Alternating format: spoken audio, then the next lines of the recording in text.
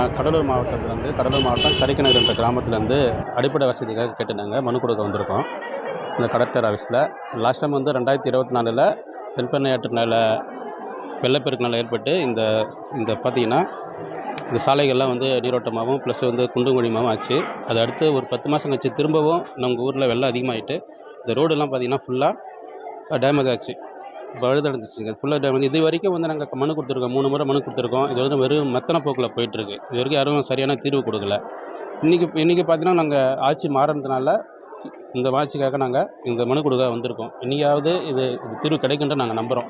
இது முறை 3 முறை நாங்கள் கொடுத்துட்டதுக்கு எந்த ரெஸ்பான்ஸும் இல்லை. அதனால் இந்த மனுக்கு ரெஸ்பான்ஸ் இருக்கும், தீர்வு காண முடியுன்றதுக்காக வந்து நாங்கள் கொடுத்துருக்கோம்.